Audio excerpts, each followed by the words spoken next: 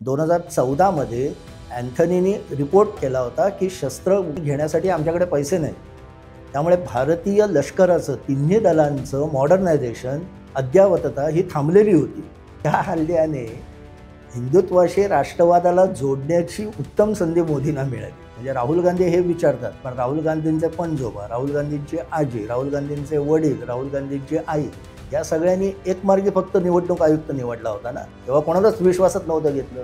जातीचं, पंथाचं, अस्मितेचं स्थानिक राजकारण हेच शेवटी खरं राजकारण आहे.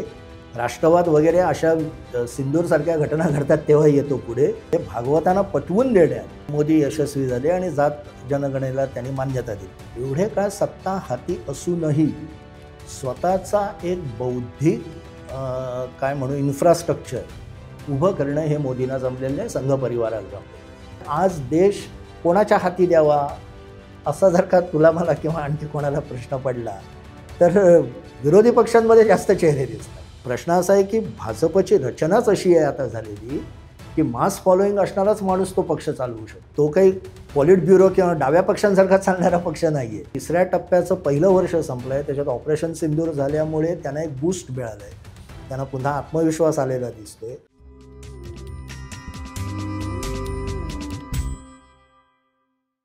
नमस्कार, मी विनायक पाचलक आणि थिंक बँकच्या बिहाइंड द सीन्समध्ये तुम्हा सगळ्यांचं पुन्हा एकदा अगदी मनापासून स्वागत. आज अर्थात 9 जूनला नरेंद्र मोदी पुन्हा एकदा तिसऱ्यांदा सत्तेवर येऊन 1 वर्ष होत आहेत. त्यामुळं त्यांच्या 1 वर्षात या तिसऱ्या टर्ममध्ये नक्की काय घडलं, काय घडायला हवं होतं या सगळ्याचा आढावा घेणं स्वाभाविक आहे.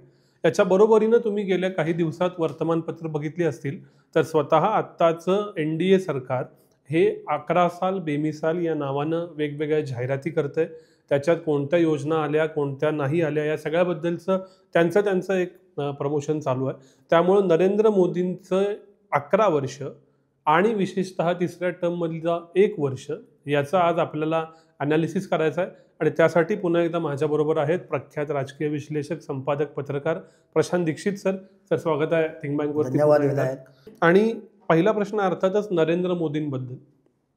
पहिली टर्म, दुसरी टर्म क्लिअर मेजॉरिटी, दुसऱ्या टर्मला तर मेजॉरिटी जास्त, तिसरी टर्म 240 भाजप आणि आता NDAचं सरकार. पण चेहरा काय 11 वर्षातला तर नरेंद्र मोदींचं 11 वर्षाचं आणि विशेषतः गेल्या 1 वर्षाचं तुमचं विश्लेषण काय?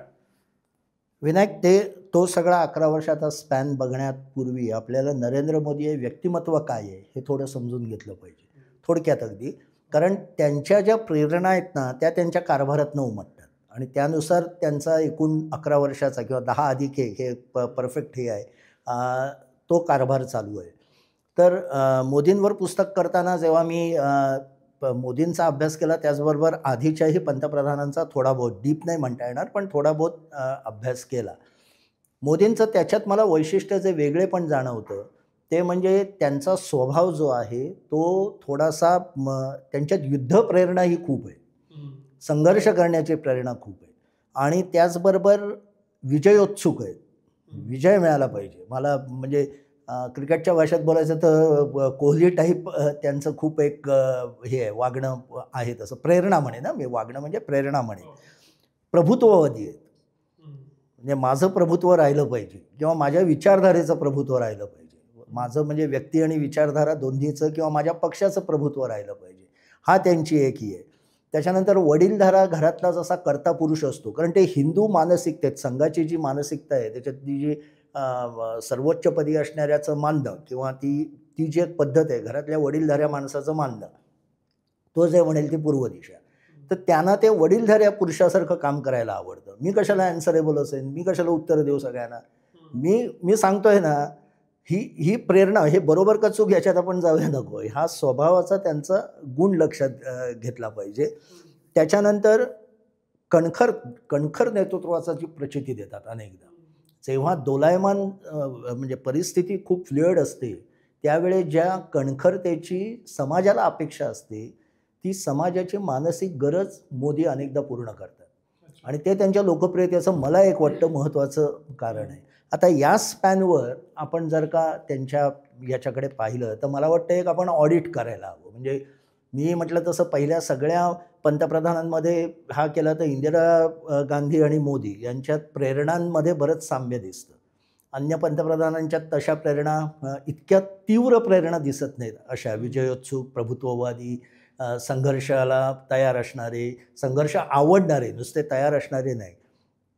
तर त्या याने आपण, मला वाटतं मोदी सरकारचं 10+1 याचं संरक्षण, परराष्ट्र, राजकीय, सांस्कृतिक, आर्थिक आणि सर्वसामान्यांना आपल्या वाट्याला काय आलं असं एक ऑडिट करायला हवं असं मला वाटतं. आणि त्या दृष्टीने पत्रकार म्हणून आपण चर्चा करायला. आपण या ऑडिटची सुरुवात याच क्रमानं करू, कारण आत्ता सगळ्यांच्या डोक्यात असणारा टॉप ऑफ द माइंड विषय हा ऑपरेशन सिंदूर आहे. या ऑपरेशन सिंदूरबद्दलचे 2-3 अँगल समोर येतात. एक, भारताच्या बाजूनं पब्लिकली का कोण उभं राहिलं नाही, पण 2, भारतानं चोख प्रत्युत्तर दिलं, याचा आनंद, कौतुक प्रत्येकाला आहे. 3, जी एक मुलाखतीतली क्लिप एका व्हायरल झालेली की जे आतंकवादी आले त्यांनी मारताना असं सांगितलं की मोदी को बताव. पूर्वी सैन्याला म्हणायचे, भारतीयांना म्हणायचे, ते मोदींवरती आले.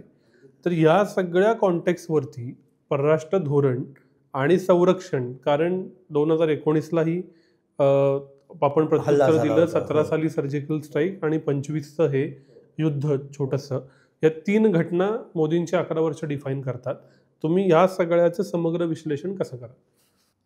सुरुवातीच्याच पुन्हा प्रेरणांकडे जायचं तर संघर्षात ताकद एकदम त्यांना आनंद वाटतो. मग तो संघर्ष युद्धाचा असो किंवा निवडणुकीचा असो, संघर्ष त्यांना आवडतो. आणि त्याचबरोबर त्यांना विजयाची एक, प्रभुत्वाची एक आकांक्षा असते. या यातनं पाहिलं तर ज्यांना मोदी डॉक्टरीन असा हा शब्द हल्ली वापरला जातो की दहशतवादाच्या विरोधात त्यांनी एक स्टँडर्ड वर नेलं की आम्ही नुसते ऐकणार नाही, तुम्ही आम्हाला तडाखा द्याल तर आम्ही तुम्हाला जास्त तडाखा. त्यांचं जे उत्तर आहे, गोली का जवाब गोला से देंगे, म्हणजे आमच्याकडनं शेलिंग होईल तुमच्याकडे. म्हणजे एवढा फरक असेल, 10 पट फरक असेल तुमच्या हल्ल्यावर आणि आमच्या प्रतिहल्ल्यावर. हे जे कणखरपणे सांगणं आहे ना, पुन्हा तो कणखरतेचा मुद्दा येतो, ते त्याच्यात दिसतं. म्हणजे वेगळ्या भाषेत सांगायचं तर मला असं वाटतं की भारतीय समाजात मोदींनी क्षत्रियत्व जे क्षीण झालं होतं ते पुन्हा आणलं. जे आपल्या महाभारतापासून एक क्षत्रियत्वाची भावना जी म्हणजे महाभारतात अनेक ठिकाणी दिसते आणि पुढच्याही याच्यात दिसते, जी गेल्या 2000 वर्षात शबल झाली होती. स्वातंत्र्यानंतर सुद्धा आपण भित्रे नव्हतो, पण आपण थोडे क्षत्रियत्वाला तितकं महत्त्व देत नव्हतो. ते मोदींनी परत आणलं की नाही, तुला मी उत्तर देणार आणि ती माझी कमिटमेंट आहे उत्तर देणं. या दृष्टीने आपण ऑपरेशन सिंदूरकडे बघितलं पाहिजे.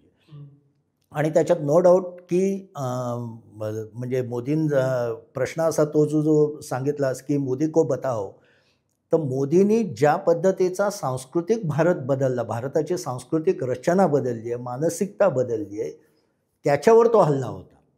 म्हणून मोदी को बताओ हे होतं, कारण धर्म विचारून केलेला पहिला हल्ला होता. आजपर्यंत कुठल्याही दहशतवादी हल्ल्यात धर्माचा उच्चार झालेला नव्हता. याचा युनिकनेस म्हणा, वेगळेपणा हा होता की धर्म विचारून केला गेला. आणि म्हणूनच मोदी को बोलू, कारण मोदींनी जे हे सांस्कृतिक स्थित्यंतर भारताचं एक चौकट जी बदलली होती आणि ती जी हिंदुत्वाकडे झुकवलेली आहे गेल्या याच्यात, की हिंदुस्थान हा हिंदूंचा आहे, हिंदूंची त्यात प्रायोरिटी राहील, मात्र सरकारमध्ये नाही, कारभारात नाही, पण ओव्हरऑल सांस्कृतिक ह्याच्यात प्रायोरिटी राहील.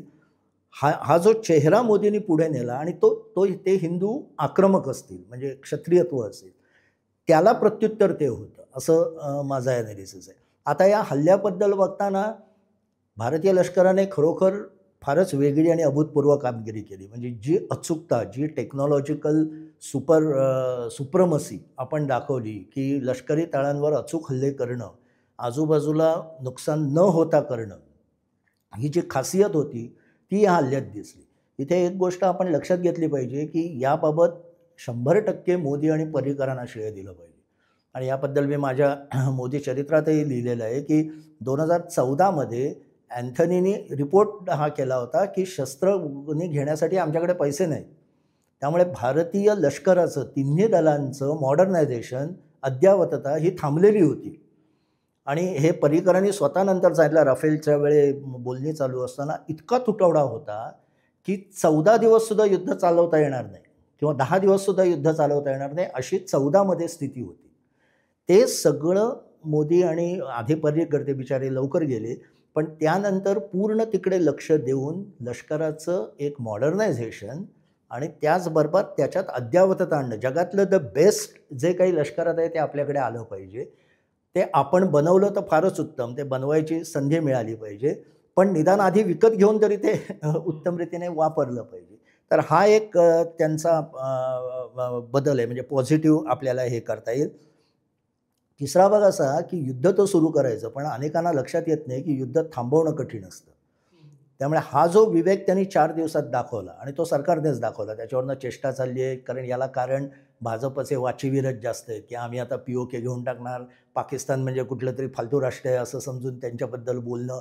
मीडियामधनं पण तसं चाललं होतं. वस्तुस्थिती तशी नाही आहे. पाकिस्तानची लष्करसुद्धा अतिशय प्रोफेशनल आहे आणि पैसेही आहेत त्यांच्याकडे. निदान लष्कराकडे पैसे आहेत, देशात कमी असले तरी. पण त्यामुळे एस्कलेशन किती वर द्यायचं आणि कुठे थांबायचं, हा जो भाग होता तो त्यांनी अतिशय भारत सरकारने, म्हणजे ते एकटे असतील किंवा त्यांच्याबरोबरचे सहकारी असतील आणि लष्करातले कमांडिंग ऑफिसर पण असतील, या सगळ्यांनी गणिती प्रिसिजन अगदी आपण म्हणू ना तसं केलं. म्हणजे 72-80 तासात सप वाढवलं आणि तितकंच झटक्यात कमी केलं. तर युद्धशास्त्राचा जे अभ्यास करतात त्यांना हे पटेल. सर्वसामान्य म्हणजे जे ज्यांना विरोध करायचा आहे ते विरोधच करतील, जे बाजून बोलायचं आहे त्यांनाही प्रश्न, म्हणजे मोदींच्या अनेक समर्थकांना प्रश्न पडला. संघातल्या अनेकांना हे काय असं जणू काही पाकिस्तान सहज आपण आवाक्यात घेणार होतो. दुसरा भाग असा की वाढलेलं युद्ध हे भारताला अर्थशास्त्रीयदृष्ट्या परवडलं नसतं. अर्थव्यवस्था गोत्यात आली असती, परत कोविडच्या काळात आपण गेलो असतो आणि पुन्हा रिकवर होणं फार कठीण गेलं असतं. हे लक्षात घेऊन ते थांबवण्याची शहाणपणा हा मोदी, लष्कर आणि या सगळ्यांनी दाखवला. ते एक त्यांचं मोठं आहे. त्याचबरोबर याचा फायदा करून राष्ट्रवाद बळकट केला. आणि हा जो मुद्दा होता आपल्या अनेकदा चर्चेत आलेला आहे की हिंदुत्व आणि राष्ट्रवाद, या हल्ल्याने हिंदुत्वाशी राष्ट्रवादाला जोडण्याची उत्तम संधी मोदींना मिळाली. कारण अतिरेक्याने तू सांगितलंस तसंच मोदी को बताओ आणि तुम्ही हिंदू असाल तर तुम्हाला मारू, हे सांगितल्यामुळे त्याचा धार्मिक जे अंग होतं त्या दहशतवाद्याला ते आपोआप पुढे आलं, जे कारगिलच्या वेळी आलं नव्हतं. कारगिल ही अशा पद्धतीचं युद्ध झालेलं नव्हतं.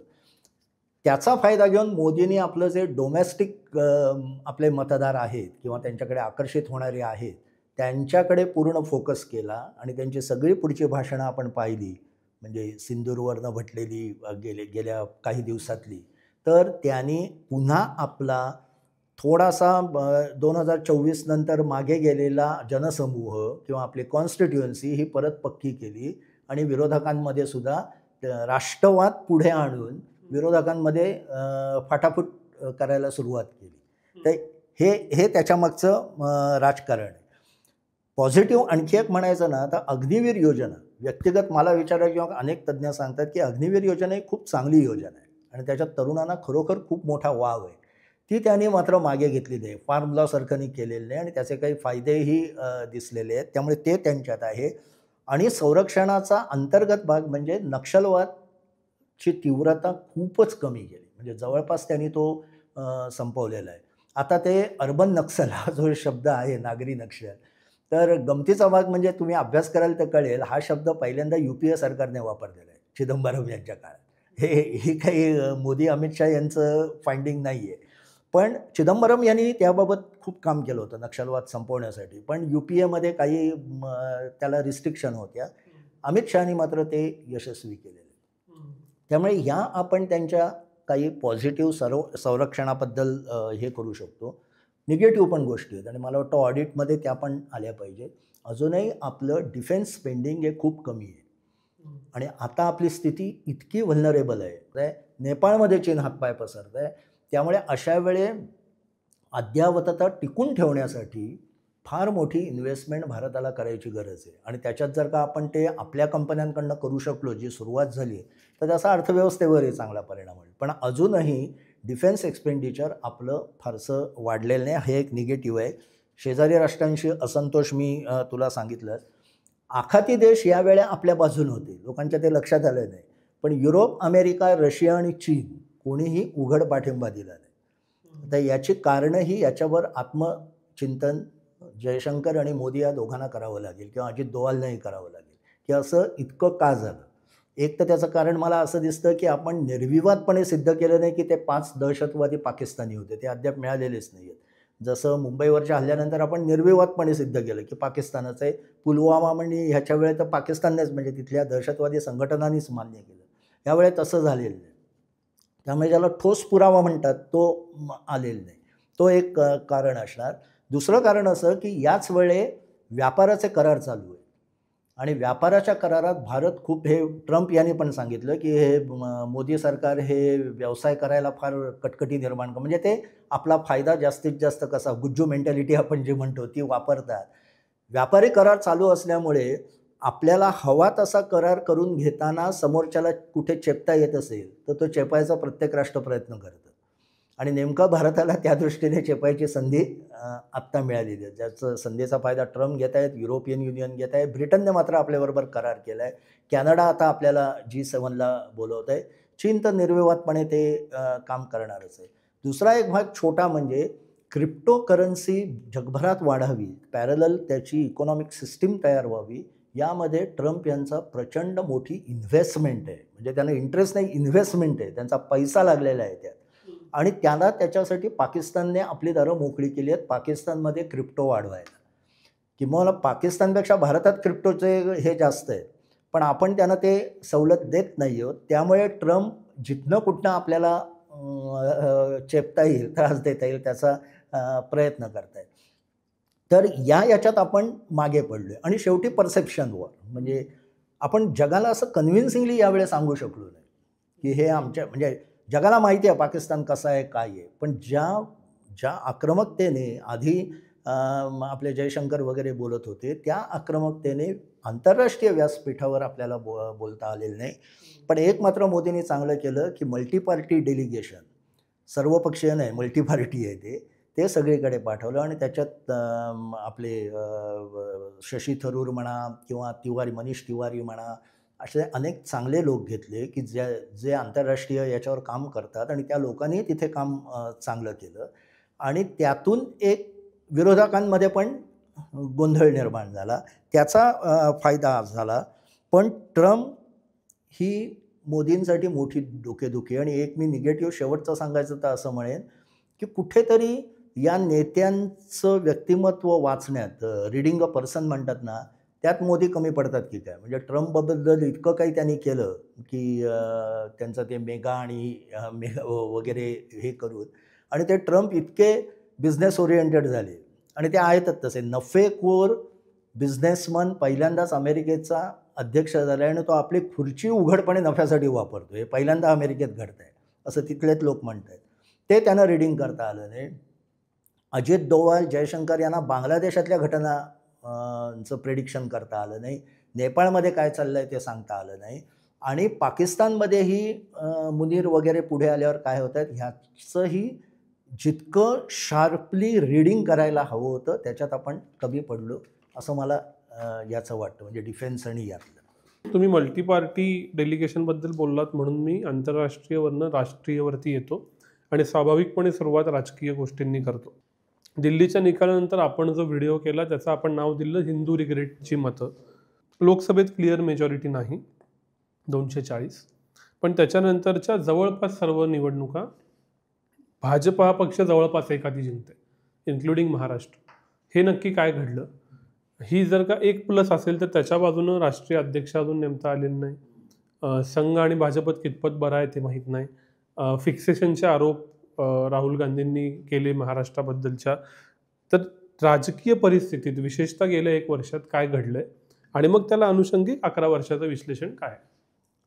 आपण जे विश्लेषण केलं होतं की हिंदू रिग्रेट हे मला अजूनही पटतं. म्हणजे अशासाठी की 2024च्या निवडणुकीत जो म्हणजे माघार घ्यायला लागली, पराभव म्हणण्यापेक्षा BJPचं जे स्थान खाली आलं त्याचं इंटरप्रिटेशन ज्या पद्धतीने विरोधी पक्षांनी केलं त्याचा विरोधी पक्षांना फटका बसला असं माझं मत आहे.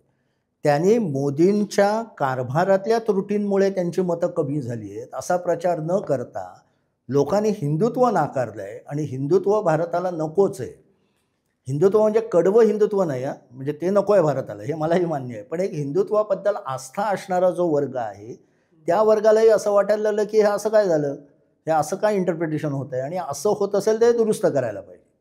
आणि ही जनतेतली भावना देवेंद्र फडणवीसांनी फार चांगल्या तऱ्हेने इथे ओळखली आणि त्यांनी त्याच्या स्ट्रॅटेजी आखल्या.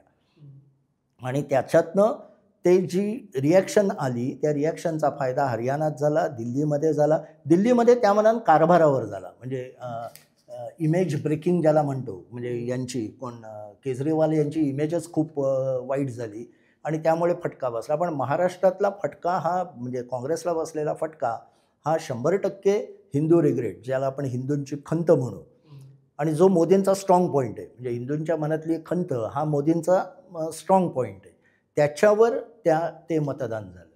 आता पुढे त्यानंतर ज्या पद्धतीने संघटनेत काम व्हायला हवं होतं, म्हणजे आता इतकं चांगले विजय मिळाल्यानंतर झटपट अधिक कार्यक्षमतेने संघटना उभी राहायला हवी होती भारतीय जनता पक्षाची, ती मात्र उभी राहताना आपल्याला दिसत नाही. आणि त्याची कारणं काय आहेत कळत नाही, कारण संघाचा फार मोठा त्यात काय अडथळा असेल असं वाटत नाही. इनफॅक्ट सध्या भागवत आणि मोदी यांचे संबंध इतके चांगले आहेत की कधी नव्हे ते भागवत मोदींच्या, म्हणजे पंतप्रधानांच्या निवासस्थानी गेले आणि तिथे चर्चा झाल्यावरच जात जनगणना त्यांनी जाहीर केली. पण पुन्हा आपण राजकीय आणि सगळ्याचा विचार केला तर मला वाटतं पॉझिटिव्ह निगेटिव्ह असा विचार केला तर लोकसभेत पिछेहाट झाल्यानंतर सुद्धा पहिलं म्हटलं तसं संघर्षात उभं राहणं आणि एक अकाउंटेबिलिटी घेऊन जोराने कामाला लागणं, याच्यात मोदी यशस्वी ठरले. आता त्याच्यात तू जो जाता जाता उल्लेख केलास की आज इंडियन एक्सप्रेसमध्ये राहुल गांधींनी लेख लिहिला आहे, त्यातले अनेक आक्षेप हे त्यांनी निवडणुकीनंतर घेतले होते, त्याला इलेक्शन कमिशननी उत्तरही दिलं.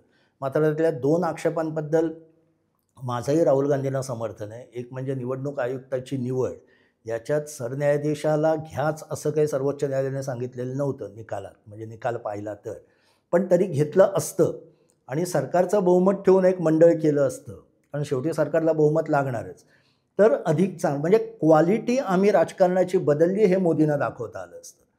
ते न दाखवता काँग्रेस जसं पहिल्यांदा करत होती, म्हणजे राहुल गांधी हे विचारतात, पण राहुल गांधींचे पणजोबा, राहुल गांधींची आजी, राहुल गांधींचे वडील, राहुल गांधींची आई, या सगळ्यांनी एकमार्गी फक्त निवडणूक आयुक्त निवडला होता ना, तेव्हा कोणालाच विश्वासात नव्हतं घेतलं. तुम्हाला सुधारणा करायची होती तर तुमच्या काळातही तुम्ही करू शकला असतात. एकाचे 3 केले ते नरसिंह रावांनी केले, यातले कोणी नाही केले. तर त्यामुळे तुमच्या आर्ग्युमेंटला मग वजन घेत नाही. पण तुम्हाला ते पहिल्यापासूनच करता आलं असतं की निवडणूक आयुक्ताची निवड ही विरोधी पक्ष, सरन्यायाधीश, आणखी कोण तज्ज्ञ यांच्या निवडीने होईल, असं नेहरूंनाही ठरवता आलं असतं, इंदिरा गांधींना ठरवता आलं असतं. पण ठीक आहे, पण त्यांनी जे केलं नाही ते मी करून दाखवतो, ही संधी जी मोदींना होती ती त्याने घालवली असं मला वाटतं. म्हणून क्वालिटी ती जी बदलायची. दुसरं म्हणजे फरक त्यांच्यात पॉझिटिव्ह असा झाला आहे 2024 नंतर, तो जो फटका बसला त्यातनं, मोदी बरेचसे लवचिक झाले NDAमध्ये. म्हणजे पहिल्यांदा ते NDA मानतच नव्हते, म्हणजे 2 निवडणुकांमध्ये NDA असले तरी ते भाजपचं सरकार म्हणूनच सगळं चालवत होते. आता ते नितीश कुमारच्या कलाने घेतात, इतकं कलाने की नितीश कुमार यांची त्यांची प्रकृती ठीक नसताना सुद्धा बिहारचे पुढचे मुख्यमंत्री ते राहणार म्हणून त्यांनी जाहीर करून टाकलं आहे. चंद्राबाबू नायडूच्या कलाने घेतात, दोन्ही राज्यांना प्रचंड मदत करतात आणि एकदम त्यांच्याबाबत वेगळी भूमिका घेतात. किंवा इथे सुद्धा भारतात आपले महाराष्ट्रात शरद पवारांना सांभाळून फडणवीस घेतात इनडायरेक्टली, वेगवेगळी कारणं असतील. पण ही लवचिकता जी आहे ना ती त्यांच्यात दिसायला लागली आणि आपल्या मित्रांना भरपूर केंद्राकडनं अर्थसहाय्य करायची ही पण पद्धत दिसली. नंतर जात जनगणना हे लवचिकतेचं मोठं उदाहरण आहे. म्हणजे संघाचा विरोध संपवून मोदींनी कन्व्हिन्स केलं भागवतांना, कारण संघाचं म्हणणं असं होतं की जातीमुळे फूट पडते, त्यामुळे आपण हिंदुत्वाच्या मोठ्या एका अंब्रेलाखाली सगळ्या लोकांना एकत्र आणायचं, तर ते चालणार नाही. जातीचं, पंथाचं, अस्मितेचं स्थानिक राजकारण हेच शेवटी खरं राजकारण आहे. राष्ट्रवाद वगैरे अशा सिंदूरसारख्या घटना घडतात तेव्हा येतो पुढे, पुन्हा ते राष्ट्रवाद हा बॅकसाईडला जातो. हे भागवतांना पटवून देण्यात मोदी यशस्वी झाले आणि जात जनगणनेला त्यांनी मान्यता दिली. त्याच्यावर तुम्ही वेगळं तज्ज्ञांकडनं घ्यालच. नंतर मल्टीपार्टी डेलिगेशन, तेही मी सांगितलं की अचूक माणसांची निवड केली आणि हे केलं. आणखी एक मला कॉन्ट्रीब्युशन म्हणून वाटतं, बरं वाईट याच्यावर तज्ज्ञ बोलतील, की हिंदुत्वाची ताकद, हिंदुत्व विचारधारेची, हिंदुत्व म्हणण्यापेक्षा हिंदू विचारधारेची ही ताकद त्यांनी सर्व राजकीय पक्षांना आणि विविध संघटना, काय म्हणतात, NGOsपासून सगळ्यांना लक्षात आणून दिली. एवढंच नाही, मान्य करायला लावली. म्हणजे आज आपण सगळीकडे चर्चा पाहिली तर विरोधी वर्तुळात जे तिथलं जे बौद्धिक वर्तुळ आहे, काही ठराविक लोकांचं जे लेख लिहितात, भाषणं देतात सगळे, त्यांच्यात ही गंभीरपणे चर्चा सुरू झाली आहे की आपण कुठे फसलो आणि आपलं जनता आणि भारतीय संस्कृती यांच्यापासूनचे आपले रूट्स गेले का, संपलेच म्हणजे, आणि त्यामुळे आपल्याला राजकीय वजन नाही आहे किंवा सत्ता मिळवता येत नाही आहे. आणि हा प्रश्न काँग्रेसलाही पडतो आहे. म्हणून एकाच वेळे सिंदूरला पाठिंबा, एकाच वेळे प्रश्न, एकाच वेळे अयोध्या मंदिरला पाठिंबा, पण त्याच वेळे प्रश्न, असं ते द्विधा ह्याच्यात पडलेले आहेत. हे स्थित्यंतर मोदींनी करून दाखवले की तुम्हाला कॉन्झर्वेटिव्ह, राईट विंग, उजवे विचार हे प्रबळ आहेत आणि त्यांची दखल घ्यावीच लागेल. आणि हे जगात चाललं आहे सगळीकडे. म्हणजे जगात हे वेगवेगळ्या, ज्या आत्ताच युरोपमध्ये 2 आठवड्यापूर्वी मोठी परिषद झाली कॉन्झर्वेटिव्ह लोकांची, त्याच्यात हाच प्रश्न होता आणि तिथले सगळे मुद्दे हे भारताला पण लागू होणार आहेत. पण आणखी एक पॉझिटिव्ह फरक असा आहे, आश्चर्य वाटतं याचं, की आपण संघ किंवा भाजप यांना रिजिड म्हणतो, हे, पण ते धोरणांच्या बाबत बघाल तर खूप लवचिक झालेले दिसतात. म्हणजे वनवासी कल्याणाश्रमचं एक उदाहरण मी देईन, त्याच्यावर एक पुस्तकही आलं आहे सध्या, की वनवासी कल्याणाश्रम पहिल्यापासून तिथल्या आदिवासींसाठी ते काम करत होते आणि त्यांना हिंदू म्हणून त्यांचे डेव्हलपमेंट करायचे असं ठरलं होतं. म्हणजे त्यांचा तो अजेंडाच होता. गेल्या काही वर्षात त्यांनी पर्यावरणवाद्यांचे सगळे मुद्दे हे आदिवासींचे म्हणून वनवासी कल्याणाश्रम मांडायला लागले. म्हणजे तिथे कुठे कारखाने निघत असतील तर त्याला विरोध, तिथल्या जमिनीवर आदिवासींचा हक्क, तिथल्या, म्हणजे जे डावे पक्ष जे मुद्दे मांडत ते करायला लागले. आणि संघ पण, म्हणजे संघाचे राम माधवानी जे मी म्हटलं युरोपमधली कॉन्झर्वेटिव्ह ही झाली, त्याच्यात त्यांनी असं म्हटलं की तुमच्या उजव्या गटांमध्ये एक देव, एक धर्म या पद्धतीची मांडणी आहे, ती आम्हाला मान्य नाही. आम्ही प्ल्युरल आहोत, आम्ही बहुसंख्याकवादी आहोत, आम्हाला अनेक देव आहेत. त्यामुळे ही लवचिकता ते दाखवतात आणि त्यातनं त्यांचं एक्सपान्शन होतं. तर हे कुठेतरी या डाव्या पक्षांना, आता डाव्या गटांना लक्षात यायला लागलं आहे आणि ती एक वेगळी डेव्हलपमेंट आहे. निगेटिव्ह सांगायचं तर मला जे गंभीर सगळ्यात वाटतं ते म्हणजे सर्व राजकीय पक्षात गट पडले आणि संवाद खुंटलेला आहे आणि दोन्हीकडनं आहे ते. आणि त्याची सुरुवात काय फक्त मोदींनीच केली असं नाही. म्हणजे आत्ता जर का मणिशंकर अय्यरचं पुस्तक वाचलं तर त्यानेच दिलेले दाखले आहेत की थोडा जरी त्याने संवाद साधला वाजपेयी किंवा अडवाणींशी तर त्याला कसे फटके मिळायचे हे त्याने स्वतःच लिहिलं आहे. जेव्हा UPA सरकार अस्तित्वात होतं तेव्हा नटवर सिंगांनी असं लिहिलेलं आहे. काँग्रेसच्या अनेक लोकांनी हे अनुभव सांगितलेले. हा संवाद 2000 नंतर हळूहळू कमीच होत गेला आणि आता तो इतका टोकाला गेला आहे की एकमेकांसमोर संवाद, म्हणजे बोलणं तर फार राहिलं, दृष्टीभेट करणंही बंद झालं. हे अजिबात चांगलं लक्षण नाही. हे आता कोणी मोडायचं. आणि मला असं वाटतं पहिली जबाबदारी कदाचित सत्ता म्हणून मोदींची असेल. पण जर का मोदी पंतप्रधान झाल्यावर त्यांच्या पहिल्या भाषणाला 2024मधल्या 1.5 तास राहुल गांधी आणि त्यांची गँग शिट्या मारत बसलेली असेल आणि त्यांना बोलू दिलं जात नसेल तरी ते हट्टाने बोलले, तर हेही काही चांगलं लक्षण नाही. आणि त्याच्यावर हे बुद्धिवादी वगैरे कोण काही बोलले नाहीत, त्याचा निषेध नाही केला राहुल गांधींचा. शेवटी तो इलेक्टेड प्राईम मिनिस्टर आहे, निवडलेला आहे, त्याचा सन्मान दिलाच पाहिजे. हे जे व्हायला पाहिजे. आणि हे न झाल्यामुळे हा संवाद एक खुंटलेला आहे. केंद्र राज्य संबंधात प्रचंड तणाव आला आहे. विरोधी पक्षातली राज्य सरकारं आणि केंद्र, त्याची कारणं आहेत, ते काही तपशिलात जाता येणार नाही, म्हणजे वेळ नाही तेवढा आपल्याला. ED CBI हा जो पोलिसी प्रकार सुरू झालेला आहे तो अनेक ठिकाणी कोर्टात टिकलेला नाही. म्हणजे संजय राऊत हे आपल्याकडचं उदाहरण आहे, पण इतरही अनेक उदाहरणं आहेत. EDचं कामकाजाची पद्धत आहे त्याच्यावर प्रश्न उभे राहिलेले आहेत, ते काही मोदींना बदलता आलेलं नाही. आणि या सगळ्यामुळे एक जो काय म्हणू, एक अस्वस्थ आणि निगेटिव्ह वातावरण तयार होत आहे, ते बदलणं मोदींना गेल्या 11 वर्षात जमलेलं नाही. आणि तो त्यांचा एक मोठा हा आहे. आणि आणखी एक मोठा मला ड्रॉबॅक वाटतो की आज 11 वर्ष, त्याच्या आधीची बरीच वर्ष वाजपेयींपासूनही एवढे काळ सत्ता हाती असूनही स्वतःचा एक बौद्धिक काय म्हणू इन्फ्रास्ट्रक्चर उभं करणं हे मोदींना जमलेलं नाही, संघ परिवाराला जमलेलं नाही. त्यामुळे परसेप्शनच्या लढाईत ते नेहमी मार खातात आणि त्यांना असं वाटायला लागलं की आम्ही निवडणूक तर जिंकतो ना, मग आम्हाला कशाला बौद्धिक कामं करायला हवी. पण हे चुकीचं आहे. याचा फटका आत्ता अमेरिकेत त्यांना बसतोय ऑपरेशन सिंदूरच्या वेळी, कारण तिथलं इन्फ्रास्ट्रक्चर बौद्धिक हे आपल्या बाजूचं नाही, आपले तिथे इनरोड्स केलेले नाही. तसंच भारतात होत आहे. तो एक त्यांचा मोठा एक हा आहे. आणि शेवटचा सांगायचा तर हिंदुत्वाला जे आधुनिकतेची झळाळी द्यायला पाहिजे, अद्यावत जे सावरकर म्हणायचे अद्यावत व्हा, ते करण्यात मोदी कमी पडले. त्यामुळे राजकीय याच्यात एकीकडे हे पॉझिटिव्ह आणि हे निगेटिव्ह असं आपल्याला त्या कारभाराकडे बघता येईल. तुम्ही जे हिंदुत्वाचा उल्लेख केला तर 2019ला हिंदुत्व हा मुख्य, 2019ला राष्ट्रवाद हा मुख्य मुद्दा होता, 2024ला पूर्ण बॅकड्रॉपला हिंदुत्व हा मुख्य मुद्दा होता.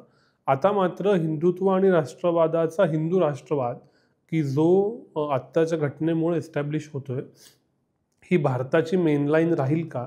आणि नरेंद्र मोदी, भाजप, NDA आणि देश यांच्या सगळ्यांच्या राजकारणाची पुढची दिशा ही या हिंदू राष्ट्रवादाच्या बेसवर ठरेल का? 100% त्यावरच ठरेल. म्हणजे मला तर असं वाटतं की अप्रत्यक्षपणे हिंदू राष्ट्रवाद हे हिंदू राष्ट्र आहे हे अप्रत्यक्षपणे जगानेही मान्य केलं आहे आणि हे देशातही मान्य झालं आहे. त्यामुळे हिंदुत्वाला राष्ट्रवादाची भर देऊन हिंदूंचं हे राष्ट्र हा जो भाग संघाचा पहिल्यापासून म्हणणं होतं ते लोकांच्याच नाही, ते विरोधी पक्षांच्याही गळी उतरवण्यात बहुसंख्य लोकांबरोबर ते यशस्वी झाले. प्रश्न असा आहे की हा बेस तुमचा एक भावनिक पक्का झाल्यानंतर राष्ट्रवादाचा हा एक पैलू झाला, अन्य पैलूंबद्दल काय? आणि तिथे मला गंभीर परिस्थिती दिसते. म्हणजे आर्थिक असो, सामाजिकबद्दल आपण थोडाफार बोललो, पण सामाजिक वीण जितकी सांगितली जाते तेवढी विस्कटली आहे काय बद्दल मला अजून शंका आहे. विस्कटते आहे खरं आहे, पण जेवढं त्याचं एक हे केलं जातं तितकी ती विस्कटली आहे का माहीत नाही मला, म्हणजे सांगता येत नाही आहे.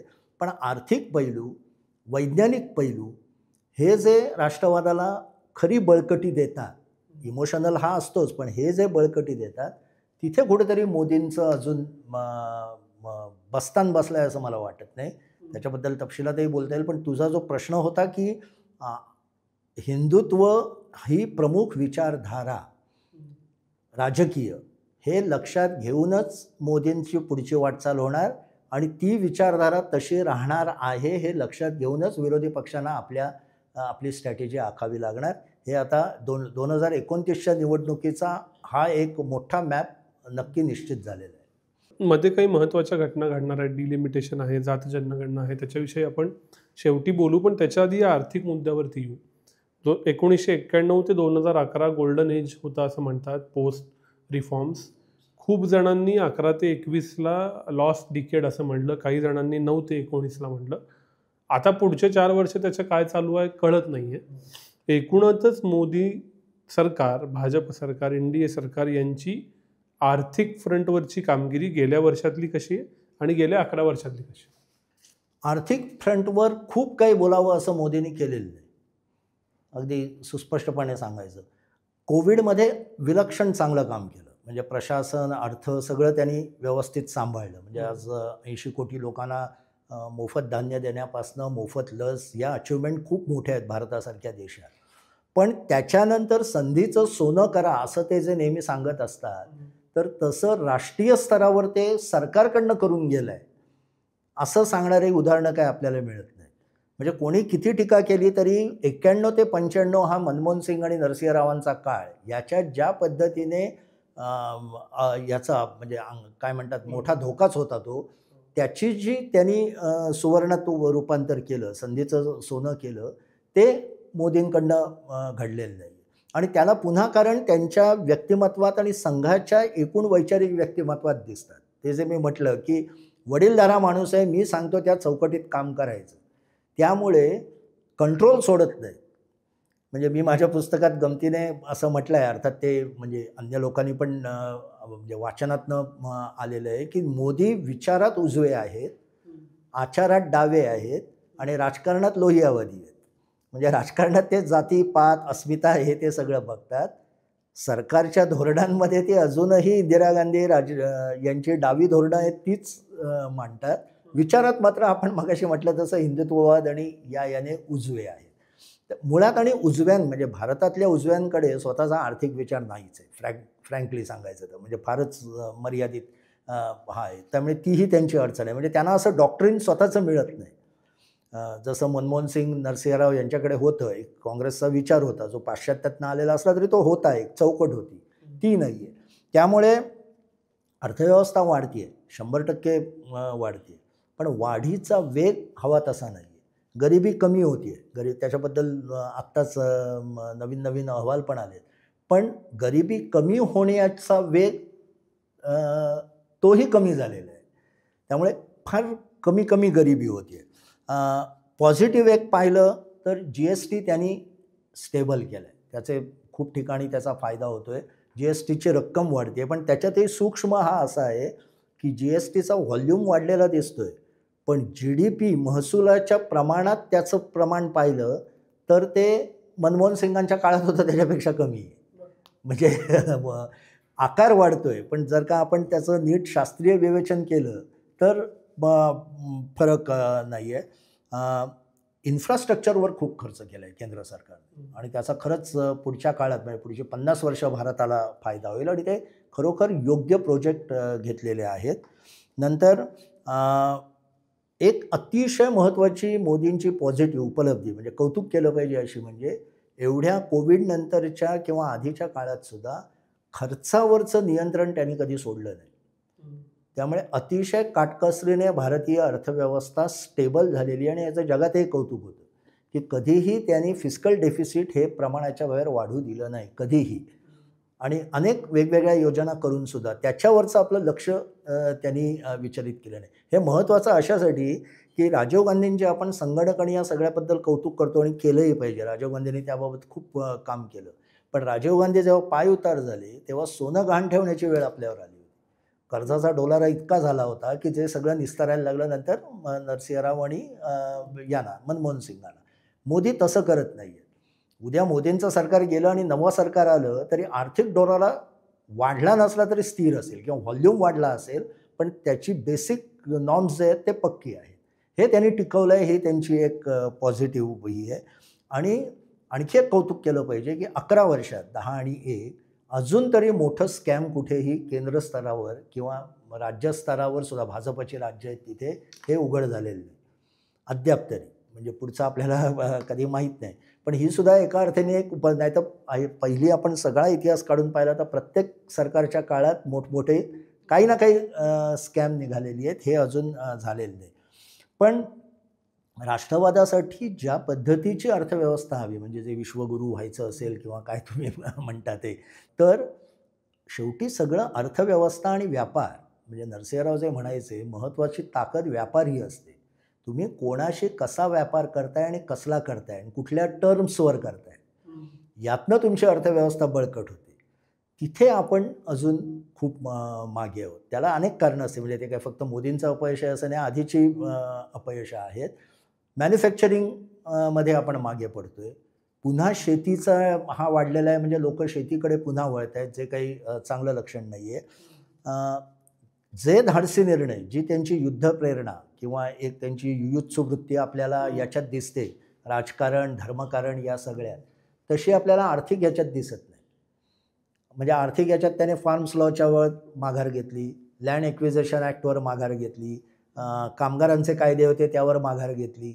हे जे खरे बेसिक रिफॉर्म्स आहेत किंवा प्रशासकीय बदल रिफॉर्म्स व्हायला पाहिजे तिथे माघार घेतली. त्यामुळे राष्ट्रवादातलं एक महत्त्वाचं आर्थिक अंग जितकं सक्षम व्हायला हवं तितकं मोदींच्या काळात होत नाही आहे.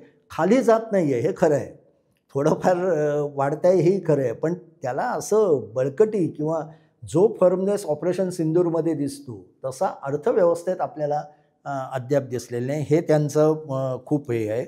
नंतर निर्गुंतवणूक म्हणजे ते मोदी नेहमी काय म्हणत आले निवडून की सरकारचं काम बिझनेस करणं नाही, त्यामुळे जेवढं बिझनेस लोकांमध्ये जाईल तेवढा चांगला, सरकार हे फक्त बाकी कारभारासाठी राहील.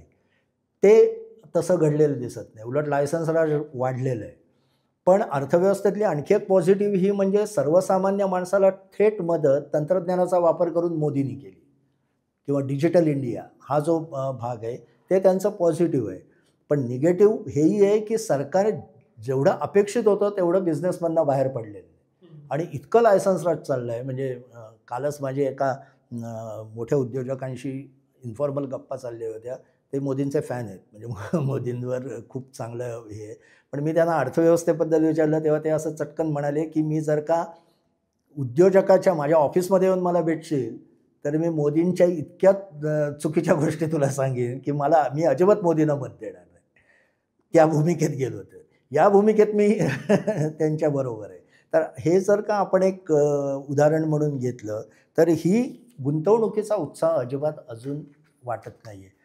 आजचे म्हणजे आता यांनी केलेलं आहे सुप्रीम कोर्टाने रिझर्व्ह बँकेने रेपो रेट आणखी खाली आणलेले आहेत. त्यामुळे आता काय परिणाम होतो तो बघायला पाहिजे. पण ओव्हरऑल आर्थिक चित्र हे खूप उत्साहाचं, जे अपेक्षा गुजरातचं मॉडेल बघून मोदींबद्दल 2014मध्ये वाटलेली होती, जी एक अपेक्षा होती यांची, आर्थिक आघाडीवर ती अपेक्षा पूर्ण झालेली नाही. आणि त्यामुळेच सर्वसामान्य माणसाच्या आयुष्यात काय होत आहे हाही एक मोठा प्रश्न राहणार आहे. याच्यावरच मी येतो की सामान्य माणूस जो आहे त्याला एका लिमिटनंतर या सगळ्याचं काही पडलेलं नसतं. माध्यमांना चर्चा करता येतात, आपण व्हिडिओ करतो वगैरे वगैरे वगैरे. सामान्य माणसाला काय मिळालं? रस्ते मिळाले का? त्याचा इन्कम वाढला का? तो श्रीमंत झाला का? त्याचं जगणं सुकर झालं का? पुन्हा टोटल 11 आणि गेल्या 1 वर्षात काय दिसतं? पुन्हा तोच प्रश्न आला की सुकर अजिबात झालेलं दिसत नाही. उलट अस्थिरता खूप आलेली आहे आर्थिक विश्वात. म्हणजे कायमस्वरूपी नोकऱ्या कमी झाल्या आहेत. तरुण खूप धडपड करतायत, काम करतायत. हे चालू असलं तरी त्याला लाँग टर्म प्लॅनिंग करता येईल अशा नोकऱ्या फार कमी मिळत आहेत. हा एक आपणही शहरात फिरतो तेव्हा आपल्याला जाणवतं. ती अस्थिरता मोठ्या प्रमाणात आलेली आहे आणि त्याला काही उत्तर मिळालेलं नाही. स्मार्ट सिटीसारखा मोठा प्रकल्प, आपले मोठं एक योजना ही गुंडाळावी लागली. ती काही यशस्वी झाली नाही, कारण ती ज्या पद्धतीने इम्प्लिमेंट होऊन त्याचे जे रिझल्ट्स मिळायला हवे होते ते काही मिळाले नाहीत. त्यामुळे पुणे घ्या, मुंबई घ्या, प्रोजेक्ट आहेत, पण रोजचं माझं जाणं येणं किंवा रोजचे माझे जे काम करण्याचे एक एक क्षेत्र आहेत त्याच्यात काही क्वालिटेटिव्ह बदल झाला आहे असं मला जाणवत नाही. मला हिंदू म्हणून एक माझी अस्मिता टिकवली गेली आहे, त्याचा मला अभिमान आहे आणि एक मला त्यातनं एक कणखरपणा मानसिक आलेला आहे. पण माझे बँकेतले व्यवहार सुकर झालेत का तर ते दिसत नाही. डिजिटल इंडियाने काही गोष्टी झाल्या त्या हे झालं असलं तरी तुला व्यवसाय करायचा किंवा अजूनही साधा इलेक्ट्रिकचा मीटर घ्यायचा असला तरी इतकं पेपरवर्क आहे. आणि त्याच्यात गमतीचा भाग म्हणजे डिजिटल इंडियामध्ये तुम्ही डिजिटली सगळं भरलं तरी त्याचं प्रिंटआउट काढून सबमिट करायला लागतं. हे फक्त भारतातच घडू शकतं. म्हणजे काय हे मला माहीत नाही. म्हणजे ॲडमिशन घेताना तुम्ही डिजिटली अर्ज भरायचा असतो आणि त्याच्यानंतर ते सगळं बाळ घेऊन त्याचं प्रिंटआउट घेऊन ते कोणी आता त्याचं समर्थन करताना म्हणेल की झेरॉक्सवाल्यांचा बिझनेस चालावा म्हणून ती चेन आहे. पण या पद्धतीचं म्हणजे ज्याला क्वालिटी ऑफ लाईफ माझं सुधारलं आहे, मी सुस्थिर झालो आहे, मला कला, संस्कृती, इतर गोष्टींसाठी वेळ आहे असं झालेलं नाही आहे.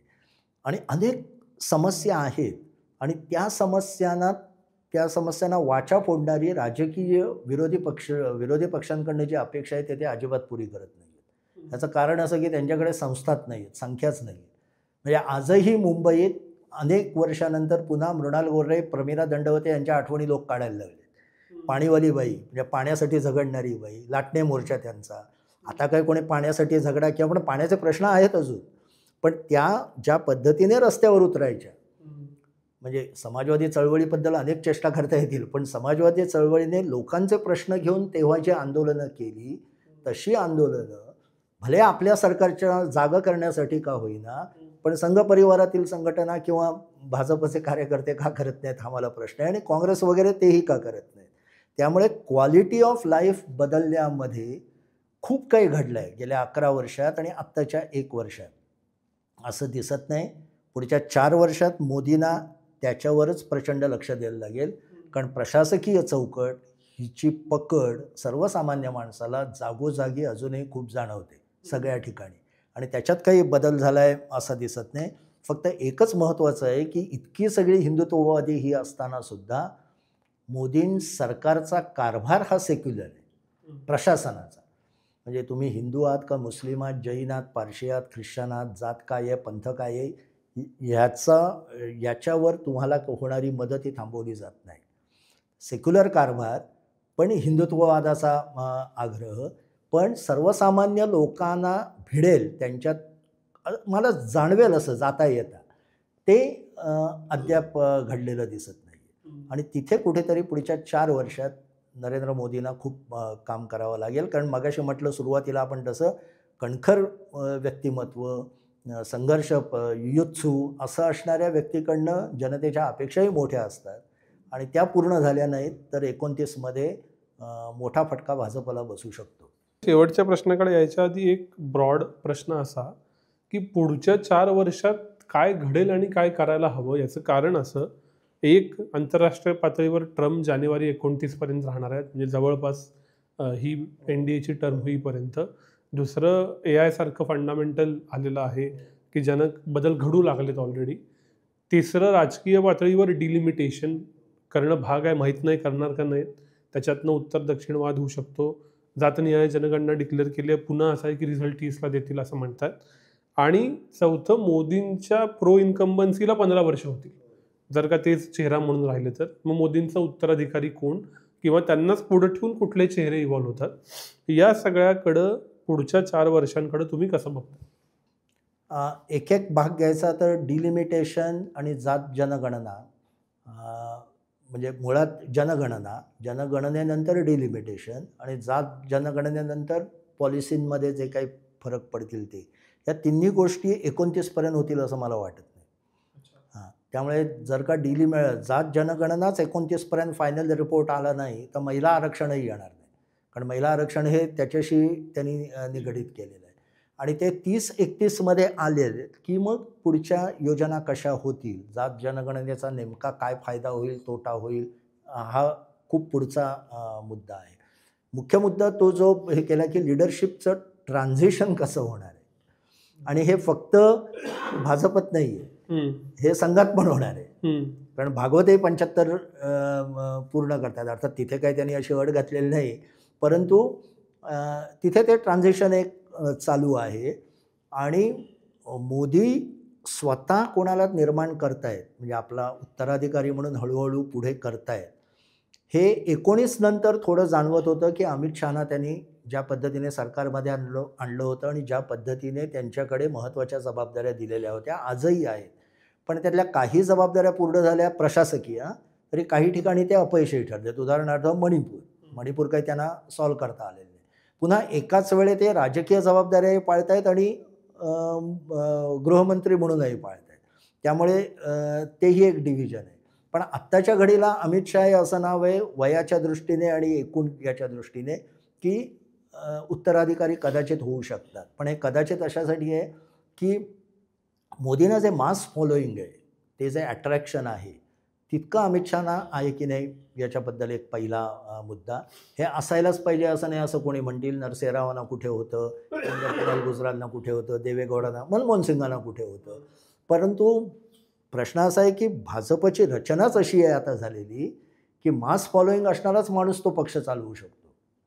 त्यामुळे तो काही पॉलिट ब्युरो किंवा डाव्या पक्षांसारखा चालणारा पक्ष नाही आहे, तसं घडलेलं नाही आहे अजून.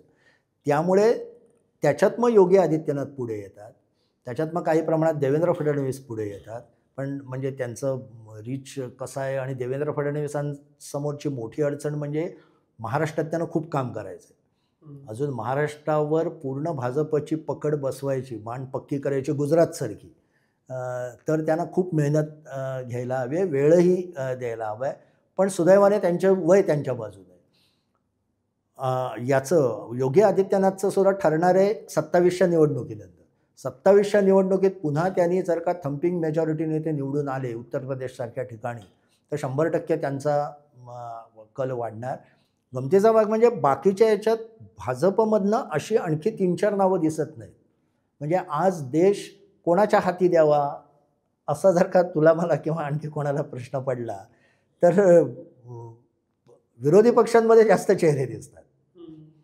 म्हणजे आवडो न आवडो तुम्हाला, पण चिदंबरम आहेत, शशी थरूर आहेत, किंवा म्हणजे असे जे काही मी आपली 2 अशी नावं घेतली. भाजपने तसे चेहरे अजून पुढे आणलेले नाही. ही भाजपची पंचायत याच्यापासून झालेली आहे, अगदी जेटली गेल्यापासून. जेटली, सुषमा स्वराज, ही जी मंडळी सगळी होती, प्रमोद महाजन, हे तेव्हा म्हणजे आम्ही तेव्हा बघायचो दिल्लीमधनं हे पोटेन्शियल प्राईम मिनिस्टर कॅन्डिडेट तेव्हापासून वाटायचे, जेव्हा भाजप कुठेही नव्हता, सत्तेच्या जवळपासही नव्हता. अशा पद्धतीचं प्राईम मिनिस्टरचं पोटेन्शियल असणारे खूप काही नेते भाजपत दिसत आहेत. असं आत्ता किंवा मोदींमुळे ते झाकोळले गेले, तर त्यांना सावलीतनं बाहेर काढणं हे पुढच्या 4 वर्षात मोदींसाठी आवश्यक ठरणार आहे. उत्तराधिकारी ते नेमणार आहेत का संघ, आणि ते अर्थात संघाची चर्चा करूनच ते केलं जाईल. पण त्याहून महत्त्वाचं ठरणार आहे, जो उत्तराधिकारी निवडाल त्याला जनमानसात काय स्थान आहे, लोक त्याच्याबरोबर आहेत का, लोकांना आपल्याबरोबर खेचायची ताकद त्यांच्यात आहे का. जो प्रयोग मोदींनी 2010 ते 14 व्यवस्थित केला, 2010पासनं ते दिल्लीवर डोळा ठेवून होते आणि त्यांनी सिस्टमॅटिक तशी पावलं टाकली. गुजरात मॉडेल उभं केलं, गुजरात मॉडेल जनतेसमोर आणलं आणि असा मी देश करणार आहे असं सांगत ते पंतप्रधान पदावर आले. या पद्धतीने जनमानसाची नाडी ओळखून त्याला आपल्याकडे खेचणारा, हिंदुत्ववाद ठेवणारा आणि त्याचबरोबर ह्या ज्या जगातल्या कॉम्प्लेक्सिटीज आहेत, ट्रम्प आहेत, युरोपमध्ये घडामोडी आहे, चीनची ताकद वाढत जाणार आहे. आत्ता तर चारो उंगली घी में म्हणाल तशी चीनची स्थिती आहे. म्हणजे ट्रम्पलाही त्याला समजावून घ्यायला लागतं आहे, टेक्नॉलॉजीत ते पुढे, आणि $18 ट्रिलियन इकॉनॉमी आहे. हे सगळं सांभाळू शकणारा, याच्याबद्दलचं एक आकलन असणारा, याबद्दल बोलणारा, याबद्दल मांडणी करणारा, अशी व्यक्ती अद्याप भाजपकडे दिसत नाही. पण भारताचं असंही वैशिष्ट्य आहे की दिसत नसताना कोणतरी पुढे येतो आणि तो उलट इतकं वेगळं चांगलं काम करून दाखवतो की आपल्याला थक्क व्हायला होतं. त्यामुळे त्या आशावादावर आपण राहू शकतो, पण भाजपसमोर या समस्या आहेत, हे अमान्य करता येणार नाही. शेवटचा प्रश्न, मोदींच्या गेल्या 1 वर्षाला किती मार्क द्याल आणि एकूण 11 वर्षाला किती मार्क द्याल? पहिल्या टप्प्याला मी जास्त मार्क देईन, 14 ते 19. त्याला जवळजवळ 7पर्यंत 10पैकी मार्क देता येतील. खूप इनिशिएटिव्ह चांगले झाले, व्यवस्थित झाले. दुसरा टप्पा थोडा 6वर आला, खाली आला, पण कोविड होतं त्यात, त्यामुळे ते कोविड लक्षात घेतलं तर पुन्हा 7पर्यंत ते जाऊ शकतं. तिसऱ्या टप्प्यात मात्र अद्याप मार्क द्यावे असं ऑपरेशन सिंदूर वगळता काही आढळलेलं नाही आहे. राजकीयदृष्ट्या त्यांनी म्हणजे भाजपला परत उभं केलं आहे, त्याच्यात उत्साह आणला आहे. आणि तिसऱ्या टप्प्यामध्ये ओव्हरऑल कुठल्या म्हणजे अगदी नेहरूंपासून आपण पाहिलं तर थोडीशी पक्षाची घसरण झालेली दिसून येते. नेहरूंचा सुद्धा तिसरा टप्पा काही अजिबातच चांगला नव्हता. अनेक ठिकाणी काँग्रेसचा पराभवही होऊ लागला होता. महाराष्ट्रातही आपण तेव्हा संयुक्त महाराष्ट्र चळवळ वगैरे झाली आणि पंचायत झाली होती. इंदिरा गांधींचंही तसंच आपल्याला बघायला मिळतं. तिसरा टप्पा हा कुठल्याही राज्यकर्त्यासाठी नेहमीच त्रासदायक असतो.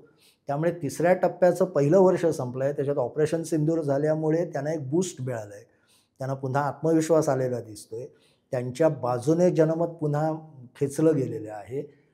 पण एकदम आपण झटकन मार्क द्यावेत अशी काही मोठी अचिव्हमेंट, वक्फ कायदा हा एक सोडला ज्याच्यात त्यांनी इनिशिएटिव्ह चांगला घेतला आहे, तो सोडला तर मला काही दिसत नाही. संघाचा अजेंडा मात्र त्यांनी पूर्ण करत आणला. म्हणजे अयोध्या झालं, राम मंदिर, समान नागरी कायदा झाला, 370 कलम झालं, आणि काश्मीरला इंटिग्रेट करण्यात पण त्यांनी बऱ्यापैकी भूमिका निभावली. आणि काश्मीर ताब्यात म्हणजे 370 रद्द केल्यानंतर सुद्धा अट्टाहासाने भाजपची सत्ता तिथे आणण्याचा प्रयत्न केला नाही. त्यामुळे काश्मीरचं इंटिग्रेशन अधिकाधिक व्हावं यासाठी त्यांनी चांगलं काम केलं आहे. म्हणजे तो एक आपल्याला मुद्दा म्हणून घेता येईल. पण बाकी मला चटकन मार्क द्यावेत असं काही दिसत नाही अजून तरी. सर खूप खूप आभार. अत्यंत पॉइंटेड 11 आणि 1 वर्षाचा ॲनालिसिस करता आला. पुढं बिहारच्या निवडणुका आहेत, 5 राज्यांच्या निवडणुका आहेत, जसं घटना घडतील तसं परत बोलू. पण आज तुम्ही वेळ दिलात आणि इतकं क्लीन आम्हाला विश्लेषण ऐकायला मिळालं त्याबद्दल खूप खूप आभार. धन्यवाद.